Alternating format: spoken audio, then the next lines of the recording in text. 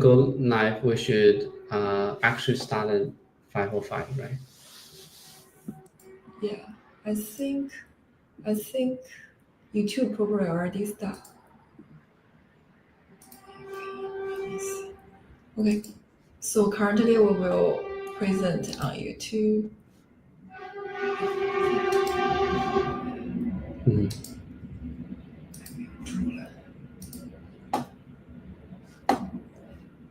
Yeah, so we are currently live streaming on YouTube, but linking Yeah, hasn't started yet. Yeah, there is a delay on linking in. How can I see who joined? You cannot see it. Only if you want to see it, you need to go to the YouTube page or LinkedIn page. Maybe we can just post the YouTube. Yeah, I think this is. Let me just send in the.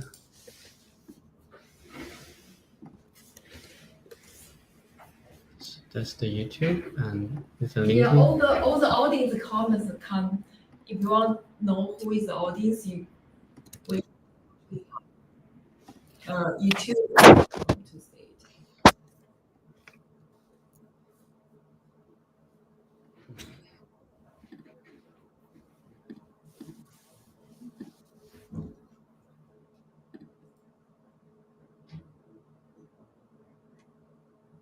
Oh, there's also a private chat which we can chat here.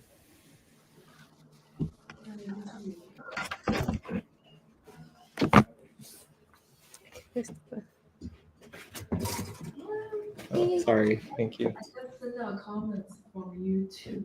Speaking out. I find a different one.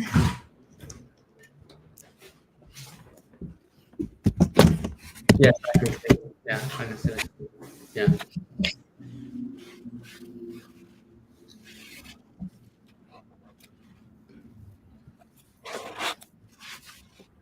Okay. So are we talking about ending at 6:20? For the, I think we about 6 should be okay. Yeah.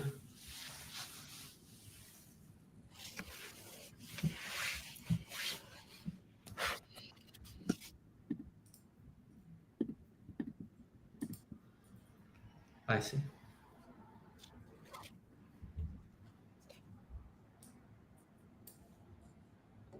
Cool. Yeah, let's wait for 5 minutes and then we can start.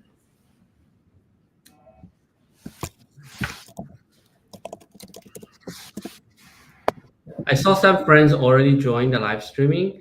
We're targeting on start live streaming at 5:05. For the ones who already joined, would love to know more about you. If you can comment your name, your company, and your role, then we'd love to say hi. Yeah, we'd love to say hi.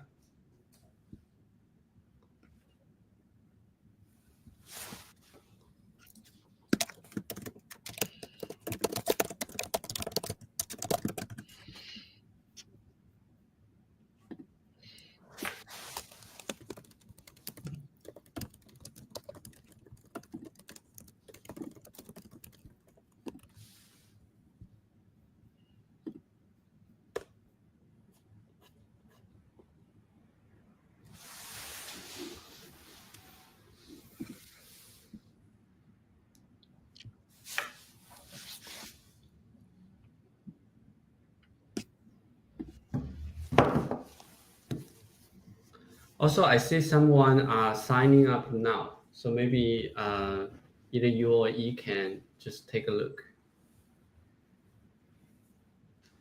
They just signed up in the Numa. I got a notification.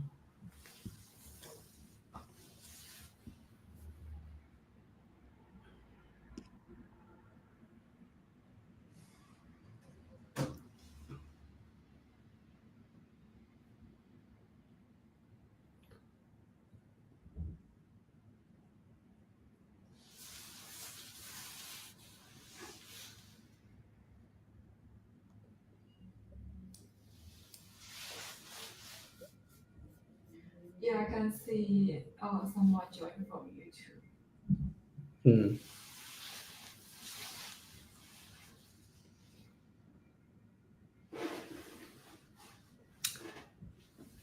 Really great to meet you, Sandon. Wow, we have viewers from London. Oh, welcome, welcome. Welcome. What's the time now in London? Oh, it's 1 a.m. Oh, wow. Wow, really appreciate it. You're a night owl.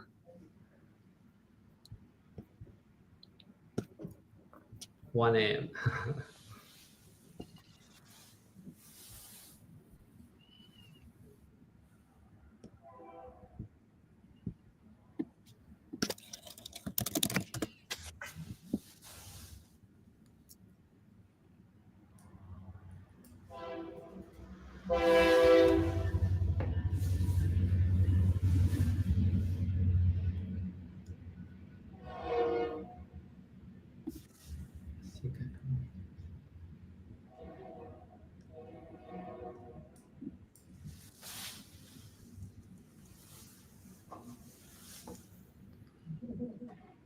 Do we have other friends from different area? Colorado. Wow, Atif, thanks for joining. Colorado is a very beautiful place. Yeah, two of my friends, they are flying to Colorado for ski this weekend. Jealous, jealous.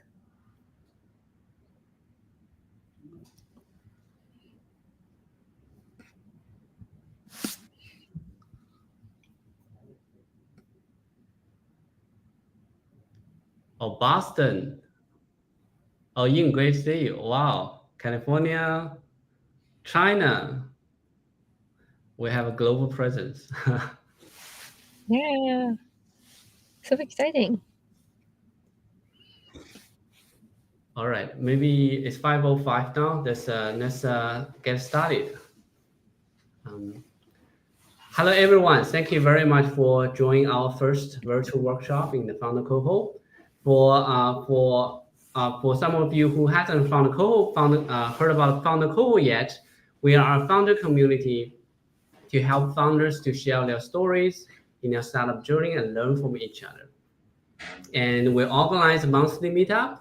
We also organize live stream like this and also founder interviews. So if you are interested to join the community or join our offline event or interview, please feel free to reach out to us. Today we are very, very honored to have Chang to join us to share her expertise about how to scale a startup, which is very, very important for startup founders. Chang is a growth advisor of many successful companies, three exit from other Bardeen, and also advise like super star company like Hagen, XMind, and many others as well. Very, very honored to have Chang join us. Thank you. Thank you very much, Chang. So before we started, I will walk through quickly about the agenda today. So we are 5:05 now.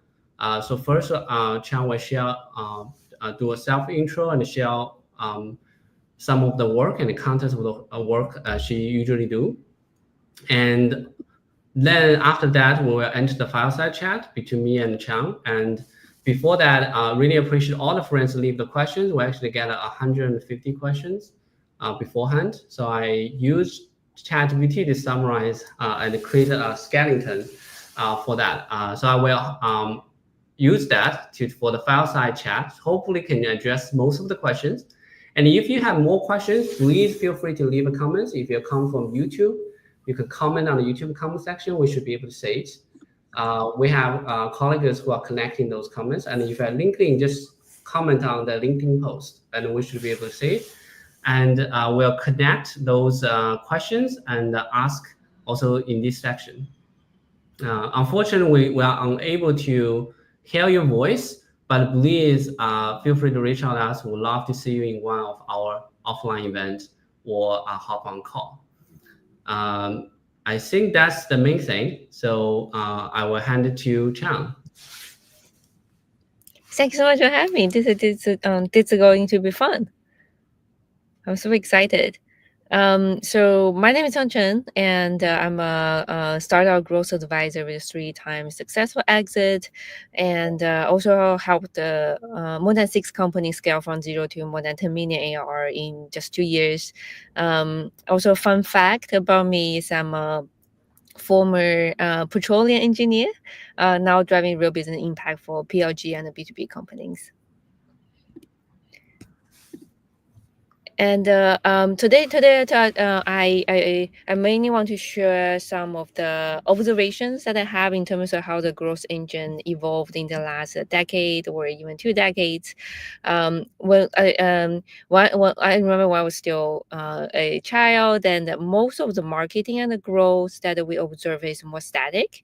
Well, if you still remember all the TV ads, and it's more experience and instinct driven, and it's very high content production costs, and also low volume of content that it takes very long to produce one piece of a TV ads, or it takes a very long time to produce one piece of newspaper ad. And all the media format is one to many, that we have one ad and it will broadcast to so many viewers, and also it presents stack options for user to select. And fast forward in the last decade, then the word growth start to emerge, and that's mostly powered by the internet, and mostly powered by all the data that we started to be able to connect, and we started to have the concept of a data-driven growth marketing, data-driven user segmentation.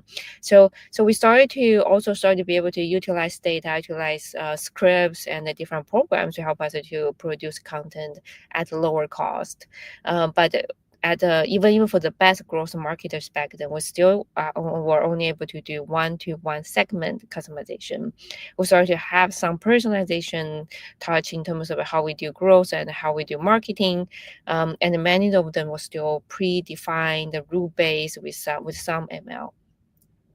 But now, with the last 2 years, that we started to observe more AI-powered growth and marketing, that we started to use AI to help us to generate content, and then to help us to provide agentic interactions with users, that significantly lowered the content production costs. And we also started to observe the content explosion.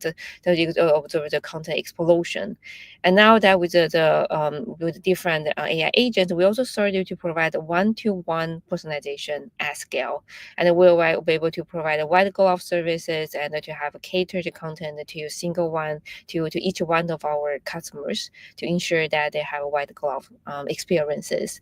In addition to personalization, we also started to observe more proactive engagement in consumers in the exact way that they want to be engaged. So you can see that in the last 2 decades that we really have been evolved a lot in terms of growth engine and how we interact with our users and how we create content.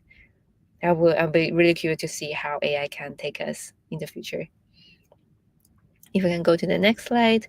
So right now that there's a lot of talk about how we can use AI to power our growth marketing, and that can power our user acquisition, right? So what we have been observed as working is really use AI as your scalable workforce, and AI is here for delegation. It's not here to replacement. So at least right now, that with all the AI capabilities, that it still cannot think. It still cannot think adequately in order to do the work to the high quality. So right now that we can only use AI for delegation to help us take care of some of the repetitive work, to take care of some of the low value work, but it's not here to replace us. That we really use it as a more scalable workforce. And you can go to the next slide. So with the technology right now, what AI is really good at, AI is really good at writing. We can see it's really good at create copy, and then to find information online, and to use those information to help us to create content. AI is also pretty good to create visuals, to create images, and to create different graphics. We also started to experiment with AI to create different charts with the numbers that we already have. That also started to see some effectiveness. AI for video creation and editing, we're definitely seeing some successful examples. and information synthesis as well as automation. We all start to see successful case studies. And if you want to start to think about how you can delegate your work to AI to help to leverage AI to scale your team and to scale your efforts, usually we start with time-consuming tasks or energy-draining tasks that you don't feel like doing, or repetitive process. And if we can identify process bottlenecks, then AI should usually all be able to take care of those for you as well. And high impact areas that we also need to think about that how much you want to delegate to AI, or how much you will feel fulfilling to be able to do it for yourself. And AI right now is only be able to handle the independent operation, but not the collaborative. So if you have a cross-functional collaboration task, then AI cannot be able to do it. Then AI won't be able to take care for you. And then if you are, and then go to the next slide. So now that we have been experimenting with all the different ways that we can use AI for growth and the marketing, and we are trying all the different tools. Now these are all the areas that we start to see some success. We do see success with AI for localization. If you are going global, that AI will be your best friend to translate and to localize your content. We also started to see success coming from AI native channels like ChatGPT, and it started to become a reasonable channel for some of the earlier stage startups. AI for SEO is definitely one of the most talked about the channels, and we definitely see more we will definitely see more successful cases out there. Influencer campaign, AI for conversion, we also start to see more success than others, and the content repurposing, social media managing, as well as paid ad creatives. Those are emerging, and for some companies we do see success. But if you really cares about the content quality, then for most of the times the AI will help you to accelerate the process, but it still cannot replace all of your workflow right now. Well, for market research, cold outreach, and the churn reduction, that we also start to see early trends of how it can start to help with the teams. Yeah, that's such an awesome overview of the AI for growth and marketing. And I saw that Atif is commenting on how I see AI is that it's here to assist us. So well said. So AI is helping to empowering us and make a lot of the workflow to be much more useful. And I saw that Anna is asking the questions about how to leverage AI native channels. So it's actually a very good questions, which I will dive into later with Chang as well. Since we're on this view, which Chang just described about the different channels, there's many channels we can leverage, and all of that will be benefited from AI. And as a startup founders, we all know that every startup is very different. There's startup at different stages, pre-seed, seed, and growth. And many, I'm very curious as a founder. Also, I saw many people asking these questions like how to quickly identify the most effective distribution channel for different stage of startups. Like, do you have any experience of about different stage of startup you'd like to share? Yeah, so I actually have two courses talking about that. One is talking about product channel fit. So depending on your product format, like it will have a different channel that will be more native to you. So for example, if your product it can be self-serve, then you can more leverage into PLG channels that will give you more exponential growth. But if your product is more technical or it requires more setup, then you will need to leverage more the sales to leverage more sales-led channels. So from those two paths, then that we also have all the different parameters that can help you to determine how to leverage the best channel. So for example, for PLG, that if you have a high NPS, then you can leverage more into referrals, word of mouth, and community. But if your NPS is not there yet, then you can think about if the product has multi-user collaboration, then you can also leverage some of those. Or if your product has a higher free-to-paid conversion rate, if it's bigger than 2%, then you can start to think about some of the paid ads channels like SEM. But if your lifetime value is too low, then probably only some of the affiliate marketing channel will work. Then if you are on the other track, so if you can only do sales-led, and then you can start with the founders team. If the founder team has really strong network, then you can start with the founder-led sales, leveraging into the founders IP, and to leverage the friend, family, and the VCs and different partnership.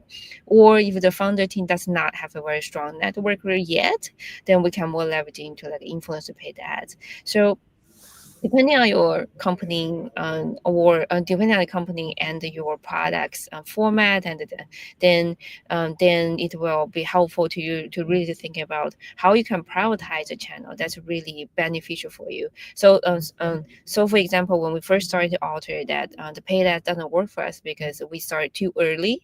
Like nobody's talking about AI meeting notes. So when we started advertising, it's a very new concept, and it's pretty hard to use ads to convince people to change behaviors. So the more organic channel the more organic channel works a lot better. So we started more with the PLG because the product has a multi-user collaboration built in.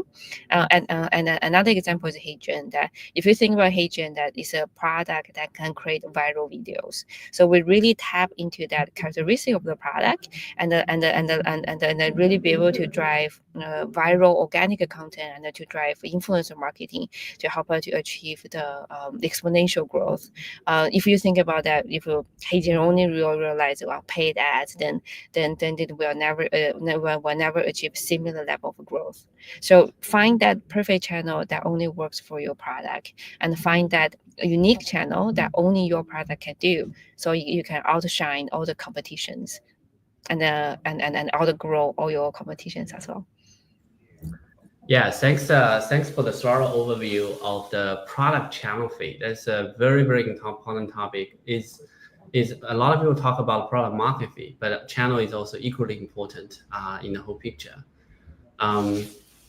I also so for the audiences, we send the product channel feed that you see in the link. I think maybe only the YouTube viewers can see it. For the LinkedIn one, we'll post it afterward. And great comment from Anna about the product channel feed diagram. So Tiffany has more questions. I will save a little bit later for the question you have. Since Anna also asked about the AI native channels before, so I'll dive into that question first. As we can see, there's so many channels, and we all know that AI has been revolutionizing a lot of the channels. Curious, Chang, your thoughts about which of the channels are more AI native, and how do you think about the AI will impact different types of channels? Yeah, we actually started to see more traffic coming from AI answer engines like Perplexity, ChatGPT, GPT Store, and even U.com. And then for those that they have special special content tactics that you can optimize for, and you can also start to track some of the traffic from those as well. We also see that Google and the Bing, those are the OGs in the SEO side, that they also have the AI overviews, and they started to have more AI SEO territories. And in order to get more traffic on those, there's also different SEO tactics, different content optimization skills.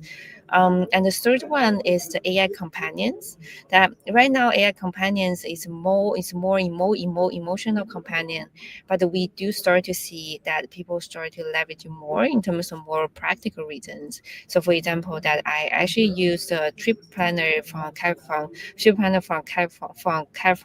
AI to help me to plan one of the trips and actually pick some of the hotels and the flights. So the AI companions, they also start to show some signals, even though that we haven't seen too much trackable tractions yet. Got you. I'm also very curious because you mentioned about three things. Well, the AI answer engines and AI companions clearly are the new product that shows up because of the LLM change. So those are the new channels. I'm curious, how does those new channels compare with existing channels? Do we see the trend that, yeah. Go Yeah, ahead. right now those channels are still very small. Like even ChatGPT, and those are still like 10-20% of the overall traffic compared to Google. But the Mm, growth is pretty fast, and because not many people, not many companies are optimizing for those yet, so the competition there is a lot bigger. But compared to the size from the new AI native channels, then it will still be significant, especially for earlier stage companies. Gotcha. I'm very curious that because as a startup founder, like the resource is very limited, time is very limited. And you mentioned about as pros and cons. The existing channel still is 80-90% of traffic, but the new channels like AI answer engines, the company is growing fast and it's not competitive. How would you suggest founders to spend time, especially if it's like a very early stage founders, between these new, old and new channels? I guess it would depend on your product. If your product is a more AI native product, then you can start to leverage more of those AI native channels, because the AI native channel is also selective, meaning that only people who are more open to new AI technologies, they're on these channels. So those channels, even though they're small, but they already help you to filter out the people who are not in AI acceptive yet. So the conversion rate and the conversion rate from those channels will likely be higher. And also depending on your product format, we can go back to the product channel feature and to see that if these channels will actually work for your product. Gotcha. Yeah, that makes sense. Anna mentioned about very great questions about because for the AI answer engines and AI companions, they are very, very different than existing channels. How do we optimize those channels? Do we also do SEO or what new type of SEO for those channels? Yeah, so it's a through content, but it will likely going to be different type of content than the traditional SEO. Like the traditional how-to articles works really great for SEO, but because the AI engine will usually summarize the how-to, so those won't work. And for ChatGPT, especially GPT store, that if you have a product that you can have you can have a mini version in the GPT store, then that also will help. So there are specific tactics that you can use to optimize your content for AI answer engines and to optimize for AI summaries. Got you. It's basically like if the process might be similar than before, but the content format will be completely different. Yeah. So if you're just getting started, you can pick and choose. But if you already have a SEO engine, then it will be relatively easier for you. Then you can optimize existing content towards both sides because you already have the content. Gotcha. Yeah, that actually touched a very interesting point because a lot of the, including SEO or like even do paid ads or the AI native channel SEO, it's all about content, and it takes a lot of time to create those content. I'm curious, like, what is your take that how could we more effectively creating content?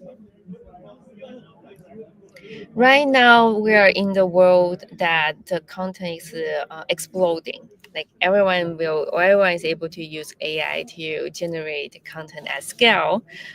So in the long run, I do think the content needs to win by quality.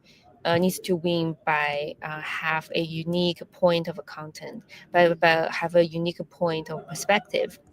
So right now that we are really in that we're heavily indexed in terms of be able to find the unique information from your product or from your community, from your users, and to use that unique information and the content to set yourself aside and to outgrow all the other AI generated content. So really tap into think about how we can have unique information gain to the whole internet.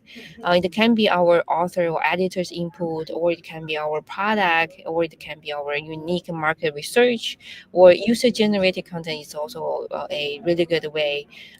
Or you have subject matter expert interviews, insights, and in addition to that, if you have competitor analysis, brand guidelines, or even audience insight, those all will be very good in terms of to really bring out that uniqueness out of your content creation process. Yeah, that is very, very interesting. Unique. Common word I say is like the unique. Like your content need to provide unique values or insight in order to really make it stand out. And I had a question I think is very interesting is like because nowadays, like you mentioned, AI exploding. There's many more content on that, and the AI is basically now taking charge of both generating content, ranking the content, servicing them.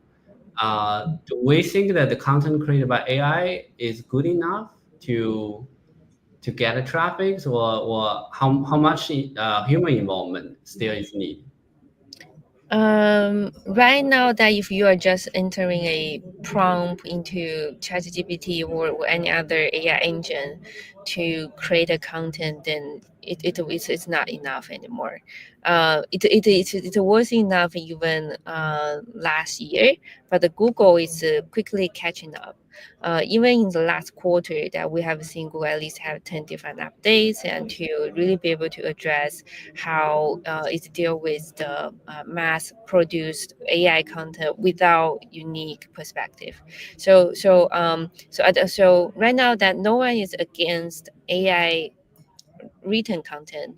I think the point that people against and the different algorithm against is to only have AI perspective and only have AI's view and writing content without even thinking about it. So that's why I'm keep talking about, to really find that perspective. You need data points, information, and to use that unique information to create content. So if you have those information, and then you can use AI to draft content based on your original thoughts, then that's 100% okay. But you can't let AI to think for you, and you can. So the best way is to still use AI to as a writer, so you can delegate the boring steps to AI, but the really creative part, the part that you're able to bring out the unique perspective, that part of that we still need to own. Yeah, that's how it makes sense. And yeah, basically AI is coming to help us, not replacing us. They're taking the humans' insights to generate unique content. So just acting on what Atif mentioned, AI is here to assist us. And I also want to dive back into a lot of back to the product channel feed diagram. It looks like everyone really loves that. And Fafa also mentioned about one thing is that there's also another dimensions about the stage of the company, like the demo mode. What is a demo mode? What is proven market is very, very different. A lot of the founders in the community now in the early stages, like they worry about getting like how to get their first 100 users. For those founders, what would be your advice to them to get their first 100 users? Yeah, I have another chart as a growth channel evolution. So if you're just getting started, your best channel will be friends and family, founders network, and the VCs introductions. Gotcha. And if you are exhausting all the channels, then you can start with a founder-led sales IP, and you can start with some SEO webinars. And those are not scalable channels, but they can definitely get you to about like a 500K hours. Gotcha.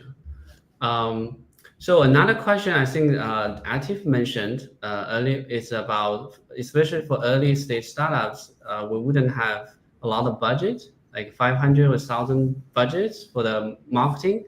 Also, we're like short of time, so a lot of us are thinking about doing some paid or viral. So for those type of situation, what would be your recommendation?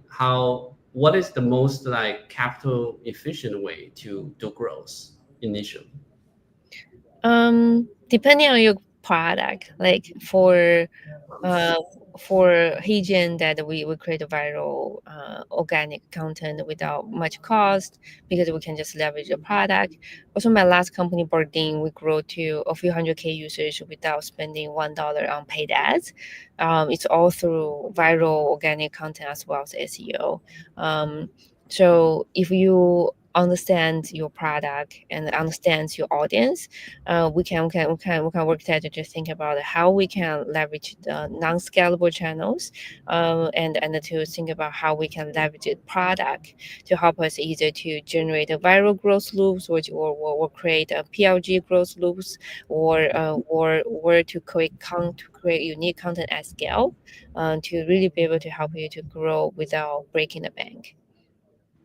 I see. So what I hear you say is like really leverage your product and trying to squeeze the product out, like to see if there's any organic or viral growth that comes from the product. We can also move to the next topics, which is about a lot of us when we are. So it's awesome framework that you mentioned about how to figure out the channel to do go to market, to do the growth. Another important part is know when we hit the product market fit, when we feel like our go-to market is on the right track. How would you evaluate? How would you like what signals do you use?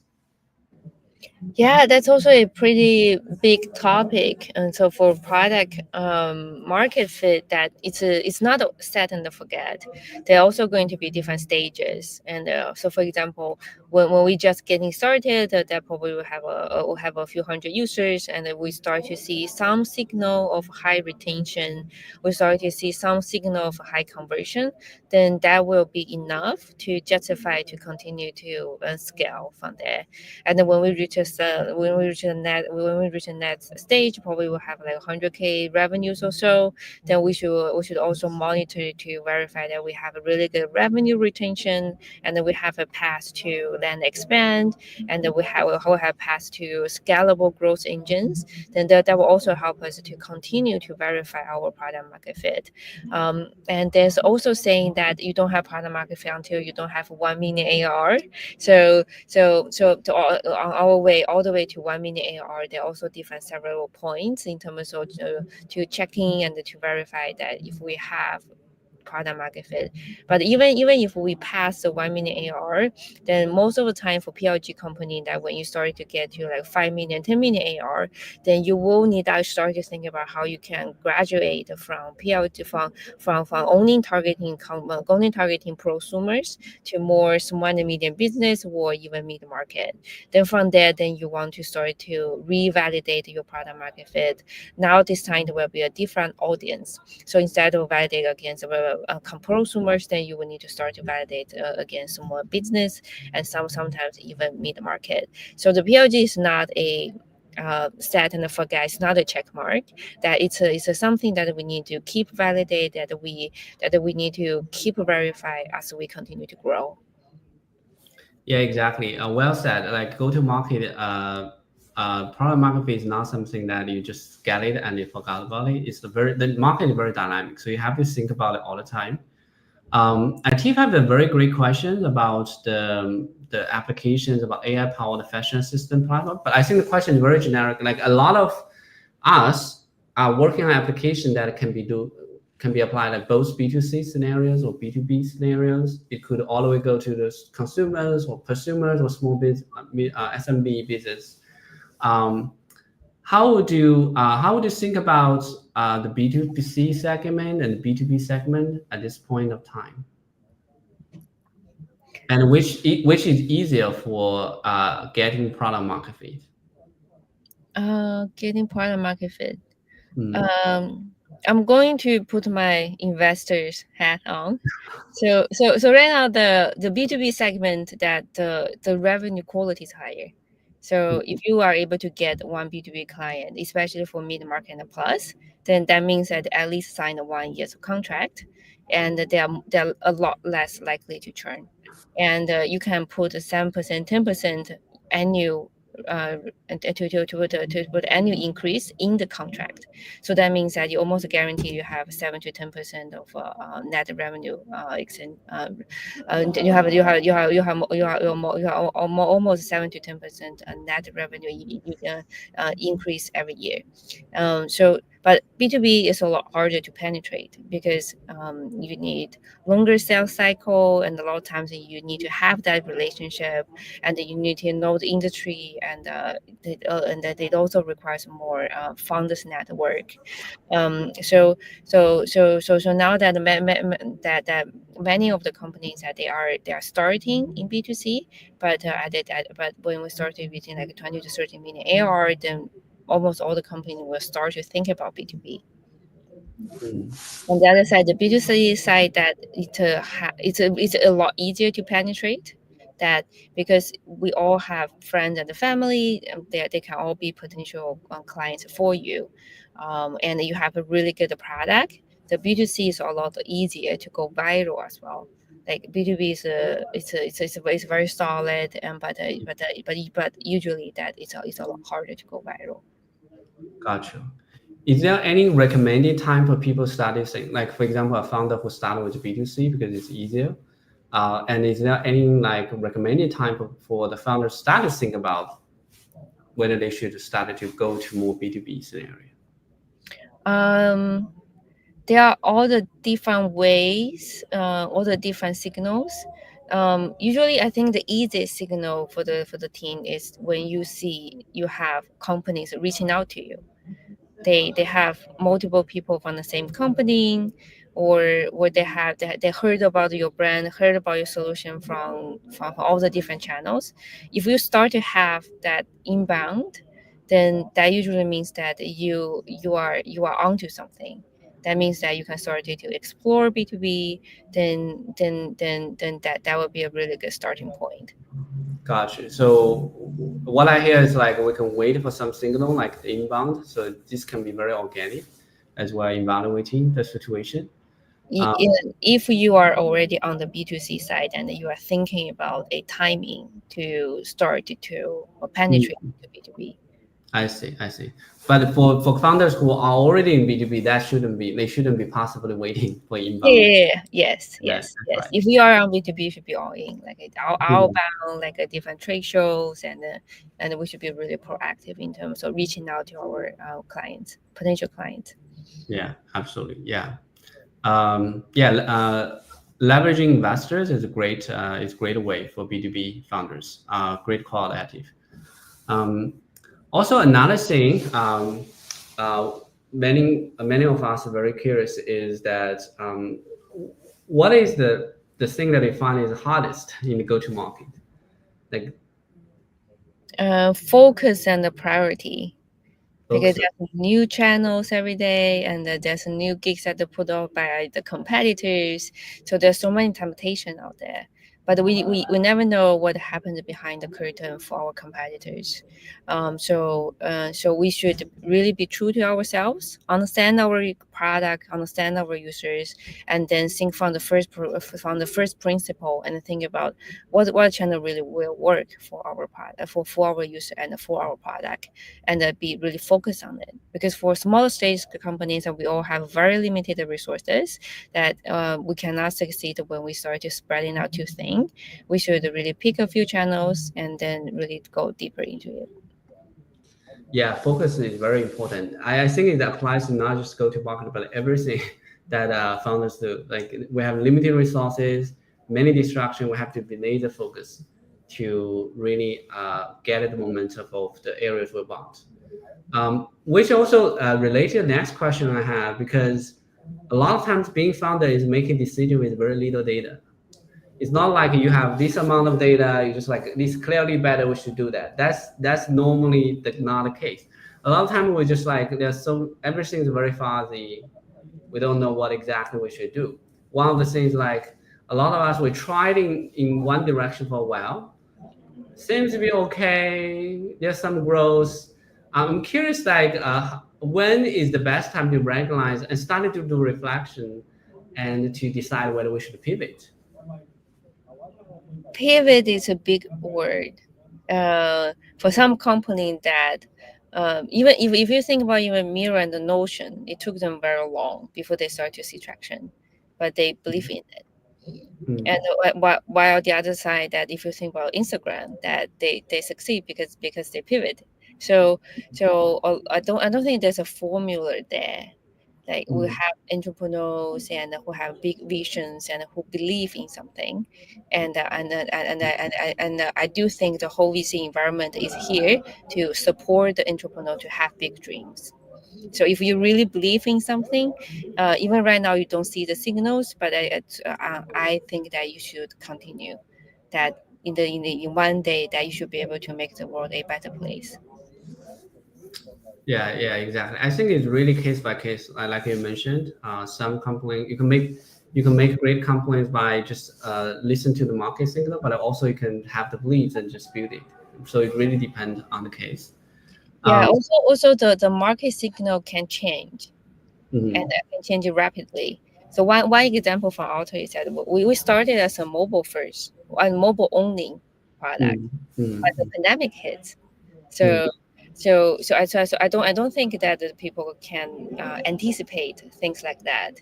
So there'll always be different changes. So even though you see the market signal right now, they might not be favorable for your direction, but that might not be the situation forever. Gotcha. Yeah, you had mentioned a very great point, which is the market changes. I'm curious because like the market always change. The pandemic is the extreme cases, but everyday life we do see market change all the time.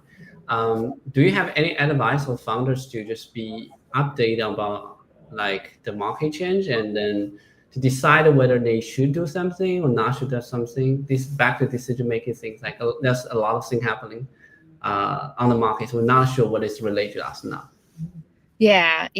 So right now it's really about the understanding your product and audience, and really think from the first principle and think about that, is this going to stay, and think about or this market change is more temporary, and also really have a vision, have a long-term vision that because of a lot of times there's a passion that will hold us together to be able to hold us through the whole journey. To see through the noises and to understand to understand if the market changes is temporary or not, and to really from the user's perspective, if the need is still there even though the market doesn't seem like right now, then you should have a long-term project.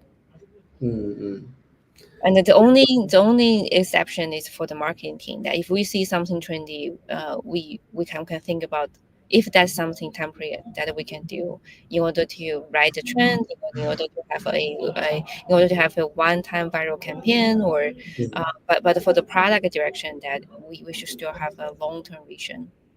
Gotcha. So the marketing team should operate in a faster speed, but the product team should be relatively stable.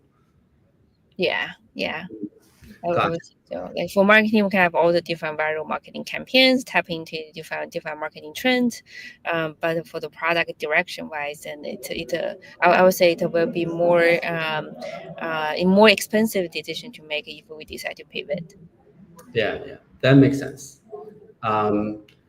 Yeah. So the last thing that many of us care about is the pricing. It's like you mentioned about one thing is product market fit. You can measure this by how much revenue.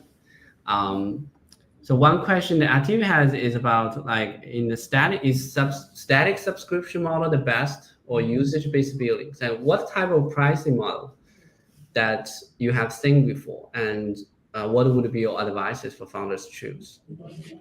Both worked, depending on your audience, and depending on your use cases. If your use cases and it's more stable, and your audience is more business oriented, then static subscription model is likely going to work better, because business use cases, they like more predictions, while the usage based billing is more it feels fair, and it's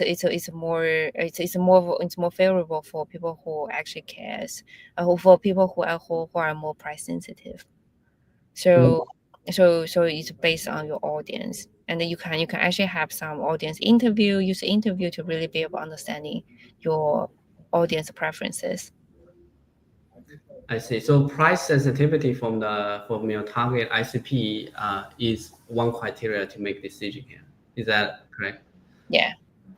So it's depending on your product, depending on use case, depending on your audience. Gotcha. Yeah, so we got a lot of questions also about the marketing for consumer products in general. So Simon has a question on what is the best platform for influencers for marketing messages for consumer product. I guess it's about the influencer marketing stage. What would be your recommendations on like the influencer marketing? There are different platforms, like they are basically served as the influencer marketing database that you can search, you can outreach. Most of them are built for e-commerce. But you are more SaaS productivity product, then you can find several others. They all works. I haven't seen one that are really bad that didn't work. But at the end of the day, then you also want to start to build direct relationship with the influencers and some of the long-term relationship, because that will give you more stable stream of new users, because then you don't need to constantly hunting for new partners, and you will be able to establish a longer term relationship and have a cheaper pay-per post, and sometimes you can turn them into affiliates as well. So if you have a longer term relationship, then they will create better quality content at a cheaper cost. So you can start with the platform and then gradually move everything more to in-house, so you can have that first-hand relationship with the influencers. Yes, that's very helpful. Thanks for sharing. I saw Shell and Atif have two questions. I will dive more into that question later part of the session. We can dive a little bit back to the topic you mentioned about AI and AI native channel. We talk about the KOL and how this work. And you also mentioned about the SEO in the early part of the conversations. The traditional SEO still takes a huge amount of the traffic right now. I'm curious about what would be your recommendation to leverage AI in the SEO workflow, and before that, like whether a founder should consider about SEO, and what scenario founder should not do AI SEO. For SEO, there's two things about SEO that we should understand. SEO is a search keyword based. So how it works is that we have a potential client, search for a certain term on Google, and we will write the content and try to rank number one. So the users will click on our results, come to our landing page, and convert to our users. So it's all search based. So that means that the user should already know what they need to search, and it should be an existing demand. And users know that they need to look for something, and they need to know how they can search for something. So that means that you are creating a product towards an existing, to an existing solution. That didn't work for Otter because we were the first one that talked about AI for meeting notes, and no one was searching for AI back then. So in that case, then you need to think about very different way in terms of how you create the content and how you can drive traffic to. So that's the first thing about SEO. And the second thing, the SEO is very hard to. It's very different comparing to paid ad. For paid ads, you put in the money and you click on button, and there's a lot of optimization goes behind it, but you can almost immediately see the results. On the other side, SEO takes time, takes 3 months, 6 months, sometimes even a year, and to see sizable results comparing to paid ads. But after that, the SEO should continue to work for you, that it will compound and it will continue to drive traffic for you almost for free. I don't want to use the word for you. It will continue to drive traffic for you at a minimum maintenance even. So the two characteristics means that you need to create a product for existing problem, for existing pain point, and you need to have time. That you need to be patient, and you are playing a long term game. Yeah, those are very, very actionable criteria to decide, and very, very helpful. I'm curious about because decided to whether to try a certain thing, whether SEO, whether it's KOL, influencer marketing, we need to have some yardstick decide whether we're successful or not. Like some growth metrics we determine on, or some other criteria. I'm curious, like, what is your take on this? The KOL, depending on our angle, many Mm. companies treat it as like a branding and a content creation engine, because the content created by KOL can also be used on the paid ads, especially used as a UGC content. So you can do the ROI calculation there. And some company they use the KOL only as a performance channel. Similar to the paid ads, then you can see that you run 2 KOL campaigns, you see how many traffic coming back, you see the user conversion from there. So that our calculation then is very similar to the paid ads. For SEO, it's a more longer term game that you can expect. You can do some projection to see that if we publish article today, and if we can rank #1 in 3 months, then how much traffic that we can get back for the investment that they will put in order to create this content, in order to optimize our whole website. So that calculation module will likely going to be different, but there's always ways that we can put numbers behind those channels and to help us to estimate and help us to prioritize the channels against each other. Gotcha. One thing I heard, I'm also curious is about by being able to know the LTV of the users is very, very important. Yeah. Do you have any advices about how to get LTV in general? Yeah, depending on when you get started. So the flat rate subscription is a lot easier to calculate LTV compared to the usage-based billing. And you also need probably at least 3 months subscription history. Like if you just getting started the paid plan today, then it's really hard for you to calculate it. But you already have like at least 3 months history of data, then we should be able to do some prediction. There are, you can just search for like LTV calculated online. Then there are already a few very good free options that you can plug in some of your existing numbers, then help you to do projections. But the thing is that if we only have 3 months data, then it's likely going to change. So when you improve your pricing plan, when you improve your product, then hopefully you can continue to see the LTV to grow. Yeah, that makes sense. So we should take, because it takes time, so it's actually better to start early and get some base numbers and also track that over time. Yeah. Yeah. So I think we can go back to questions that Shell had are there any cases or best practices related team strategy and analysis that can be shared? I think it's about like team structures. What would be the strategy to put the AI first team? That's what I read for this question. Yeah. AI first team.